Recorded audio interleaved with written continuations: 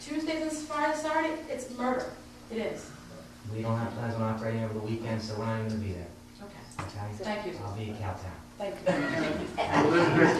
Elizabeth, just so you are aware, that they will have to comply with the noise ordinances in the town and the, I'm assuming there'll still be a no idle zone in there, so they will not be able to have those trucks sitting out there See, idling. that's what bothered me, is like McLean has 3 o'clock in the morning, you know? These girls go to bed and get up 6 in the morning for school.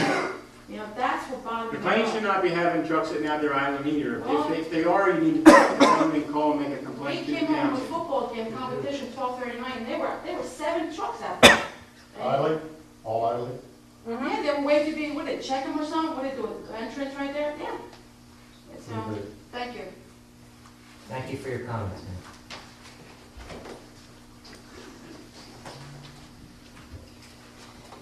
It's a done deal. Hello, sir.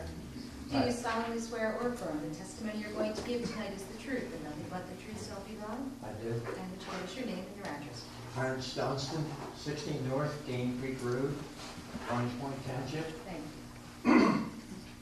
I know it's getting near my bedtime, and I suppose it's getting near some of you folks' bedtime, so I'm going to be as brief as possible. I want to regard the traffic study. I couldn't hear the gentleman that gave it, that he said it was taken in, I think he said January. Yes. There's a lot of difference between the traffic going down Route 40 in January and there is in July and August, even in late June. And I live down that side road, and you can pull out on Route 40 in the wintertime without much trouble. You might have to wait for 1 or 2 cars. In the summertime, you wait for a slew of them. Now, I don't know, is there 18 cars and 10 trucks is going to overload that intersection. But they're going to have more trouble getting out of there in June and July than they would in January. And I believe they're going to, we've asked them to look at those numbers. They can get those numbers from the state, and they'll provide us with more information on that. Okay. And as far as their trucks wanting to go west and crossing Route 40, the lady had a good point. Those trucks are 53 foot, you add another at least 10 feet for the tractor. The trucker comes out of there, he's loaded, he doesn't take off real fast. He looks down the road, and they're way down there's a car. By the time he gets his tractor across by the median, that car's on him, and he's got to sit there.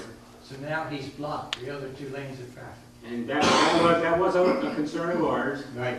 And we're hoping to address that by having their drivers make the right-hand turn out of there. But at the same token, they're going to have to look at that intersection to see if it will accommodate that truck making that turn. I'm just trying to reinforce your point there.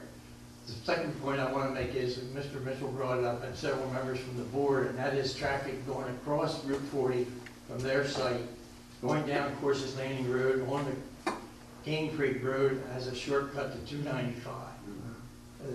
That road is not designed for that kind of traffic. There's no shoulders on it. There's a 90-degree bend in the road with no shoulders, just the narrow width of the lanes, and it's not conducive to truck traffic. And I urge you to put in their conditions of approval that they make sure their truck does not come from that way and do not exit that way. The actual dimensions are 200 by 300. 200 by 300. That's correct. At the 40-foot height, what would the dimensions be? Are you Well, looking for square footage? Are you looking for square Well, footage? I just want to know, I'm not ready to give everybody that comes here variance for no reason at all. the issue isn't necessarily quite that simple. If you go to 40 feet, you only get 4 pallets in total elevation instead of 5.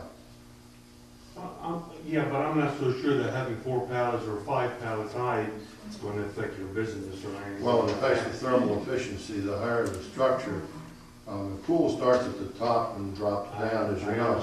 I understand that. And the advantage of having thermal efficiency is, first of all, it costs less. You need less roof, and about 90% of your total heat and cold loss will be through the roof. So there's a lot of advantages in developing a thermally efficient building. Mr. Carr, your architect, however, testified that if it were 40 feet, you would need to expand the footprint of the building. And I think that's the question. He didn't say how much, because we'd have to calculate that as to the issue of 4 pallets in height instead of 5. So the answer is, you don't know.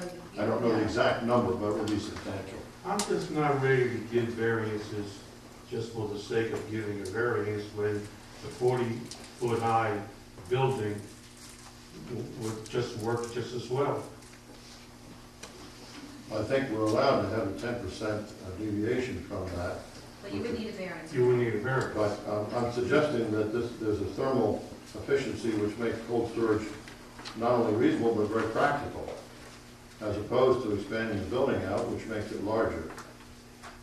That, to me, that doesn't make sense. I think the trade-off is better to go to the 5 pallets in elevation. Well, the trade-off, sir, is for your benefit.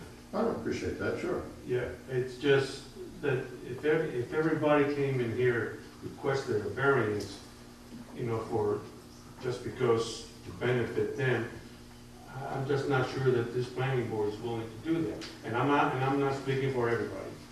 I'm only speaking for myself. We understand your point. I've done some quick calculations. We have 5 pallets high now. To go to 4, Granted for the construction use of a warehouse within the general commercial zoning district. Motion made, do I have a second? A second. Sarah, would you consider an amendment that would include the conditions and representations made by the applicant in support of that variance tonight? Yes, I think the testimony did support it, and I accept your amendment. One of these days, I'm going to make a motion that won't require amendment. Well, I just need to recite all the conditions of the resolution, and I want to make sure you want me to. Thank you. Yeah, and you're going to amend, Yes. roll call, Mr. Reese? Yes. Mrs. Scafuro? Yes. Mr. Sassi? Yes. Mr. Sparks? Yes. Mr. Casas? No. Ms. Shockley? Yes. Mr. Franchishini? please. Yes. Okay, I'm open for a motion on the height variance. And this is all for preliminary, correct? The height variance is also a use variance, so it's a motion to either grant or deny the use variance to exceed the maximum height permitted in the zone by more than 10%, to a height of 44.5 feet. I'll move for approval of the use variance, requesting the height 44.5 feet, where a maximum height of 40 feet is allowed. I'll second. Motion made second, roll call, please. Mr. Reese? Yes. Mrs. Scafuro? Yes. Mr. Sassi? Yes. Mr. Sparks? Yes. Mr. Casas? No. Ms. Shockley? Yes. Mr. Franchishini? Yes. And you need preliminary approval, correct? Act on the bulk variance for the parking. What? Okay, I'm open for a motion on the bulk variance dealing with the parking spaces from 109 to 29. And I'll make that motion, Mr. Chairman. I'll second. Roll call, please. Mr. Reese? Yes. Mrs. Scafuro? Yes. Mr. Sassi? Yes. Mr. Sparks? Yes. Mr. Casas? Yes. Ms. Shockley? Yes. Mr. Franchishini? Yes.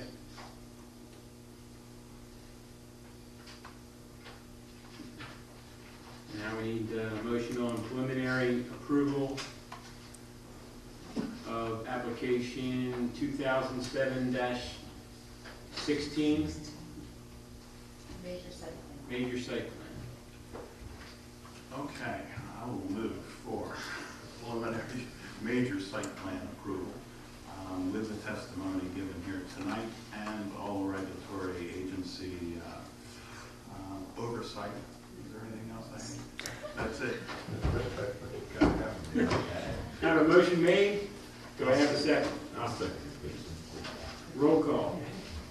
Mr. Reese? Yes. Mrs. Scafuro? Yes. Mr. Sassi? Yes.